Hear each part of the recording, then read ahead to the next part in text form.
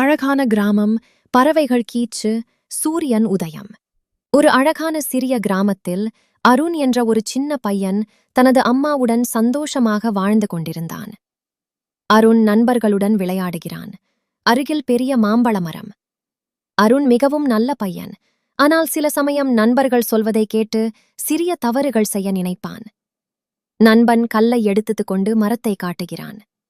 அருண், அந்த மாம்பழத்தை கல்லால் அடிச்சு எடுக்கலாம். அருண் கொஞ்சம் யோசித்து கல்லை எடுத்தான். அம்மா அங்கே நடந்து வருகிறார். அருண், அது நம்ம மரம் இல்லை. அனுமதி இல்லாமல் எடுப்பது நல்லது இல்லை. அம்மாவின் வார்த்தையை கேட்டு அருண் சற்று நின்றான். மரத்தின் உரிமையாளர் சிரித்துக் கொண்டு வருகிறார். மாம்பழம் வேண்டுமா பையா? ஆம், ஆனால் நான் கல்லால் அடிக்கல. அவர் அருணுக்கு சில மாம்பழங்கள் கொடுக்கிறார். நீ நல்ல பையன், அதனால் நான் மகிழ்ச்சி. இதோ சில மாம்பழங்கள். அருண் மிகவும் மகிழ்ந்தான்.